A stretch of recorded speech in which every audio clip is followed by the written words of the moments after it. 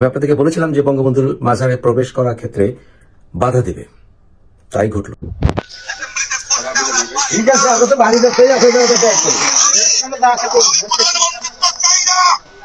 তার মানে আপনারা এখান থেকে ঢুকতে দিবেন না? আজকের জন্য ফুল তো আজকের জন্যই দিব ভাই, ফুল তো অন্যদিনে আমরা আসবো না, ফুল তো একদিনের জন্যই দিব। ফুল নিষেধ এখানে, এখানে তো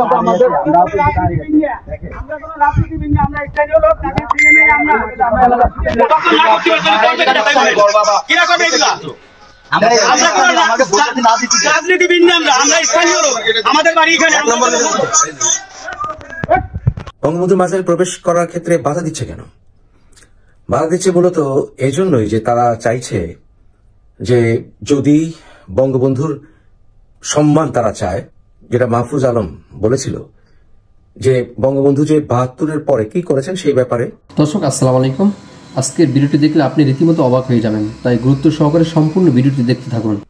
তাদের ক্লিয়ার স্টেটমেন্ট থাকতে হবে, অর্থাৎ একটা ফোর্স করে কখনো মানুষের সম্মান আদায় করা যায় না। ফোর্স করে কখনো মানুষকে কোন একটি আইডিওলজিতে নেওয়া যায় না। এটা উগ্ররা বোঝে না, এটা যারা ধর্মান্ধ তারা বোঝে না, বা যারা ফ্যাসিস্ট তারাও বোঝে না যে জোরপূর্বক মানুষকে কোনো কিছু করালে সে আসলে চেঞ্জ হয় না, বা কোন একটি মতের সাথে দ্বিমত হলে তাকে শুধু শাস্তি দিয়ে দিলে আসলে সমস্যাটি রয়েই যায়। নিয়ম হচ্ছে তার সাথে এঙ্গেজ হওয়া, তার সাথে আলোচনা করা, তাকে বোঝা এবং নিজের কথা বোঝানো। যুক্তি আলোচনায় ভয় কোথায়? জোর করে যত বঙ্গবন্ধু থেকে দূরে রাখা হবে, বঙ্গবন্ধুর প্রতি ভালোবাসা তত বাড়বে, তত অন্য সাইডের ভিতরেও এই সেন্স কাজ করবে যে না, তোমাদের সাথে আলোচনা করবো না, তোমাদের কাছে বোঝাপড়ার কিছুই নেই। কোথায়? আমি তো বলছি বঙ্গবন্ধু মানুষ তারও ভুল ছিল, জিয়াউর রহমান মানুষ তারও ভুল ছিল, সকল নেতাদের ভুল ছিল। কিন্তু তারা গ্রেট কেন? কারণ তাদের মহান কাজগুলো এতটাই মহান যে মানুষ কালের আবর্তে অনেক সময় তাদের ভুলগুলোকে ক্ষমা করে দেয়। আমি এমনিতেই মাহফুজ আলম সে বঙ্গবন্ধুর ছবি সরিয়ে দিয়ে এবং যারা বঙ্গবন্ধুকে রাত দিন গালাগালি করছে অনলাইনে তাদেরকে খুশি করে নিজের বাহাদুরিত্ব ফলাচ্ছে। কিন্তু বঙ্গবন্ধুর ছবি আবার যেই জায়গায় যোগ্য সেই জায়গায় আবার শোভা পাবেই। আর আবার দেখলাম শাহবাগীদের বিপক্ষে কথা বলছেন জামাতের প্রধান।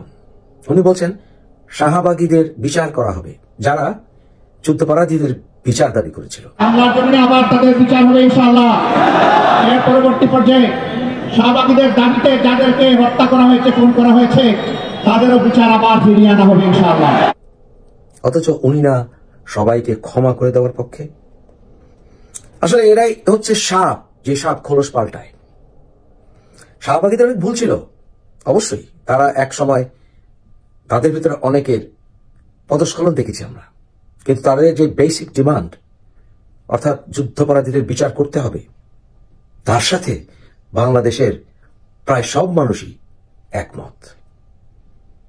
শাহবাগীদের অনেকের পদস্খলনের কথা বলে কোন মতেই বাংলার মানুষ যে যুদ্ধাপরাধীদের বিচার চেয়েছিল সে কথা বঙ্গবন্ধুর তো পুরো বাংলাদেশী বঙ্গবন্ধুর, আমরা সবাই বঙ্গবন্ধু হব।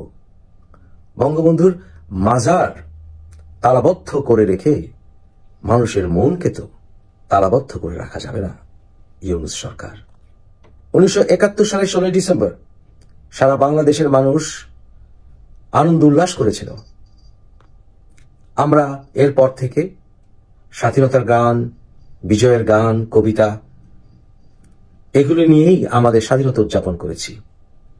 আমাদের বিভিন্ন ধর্মীয় উপাসনালয়ে আমরা সৃষ্টিকর্তাকে ধন্যবাদ জানিয়েছি। কিন্তু আজ বাংলাদেশের কোন স্কুলে কোন অনুষ্ঠান নেই স্বাধীনতার জন্য, বিজয়ের জন্য।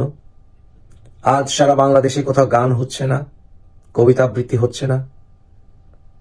কেন?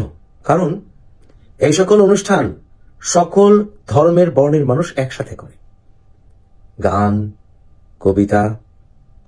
কিন্তু বর্তমানে 2024-এর স্বাধীনতার নামে তারা আমাদের মূল স্বাধীনতা থেকে ধর্মনিরপেক্ষতা, বাংলার সাংস্কৃতিক বিকাশকে সরিয়ে নিয়ে একটি শরিয়াকামী বাংলাদেশ কায়েম করতে চায়, যেখানে শুধু কোরআন তেলাওয়াতই হবে মসজিদে মসজিদে, মহল্লায় মহল্লায়। অথচ এরা প্রকৃত ইসলামের অর্থই জানে না। দর্শক, সম্পূর্ণ ভিডিওটি দেখলেন, অবশ্যই আপনাদের মতামত কমেন্ট বক্সে জানিয়ে দিবেন। আসসালামু আলাইকুম।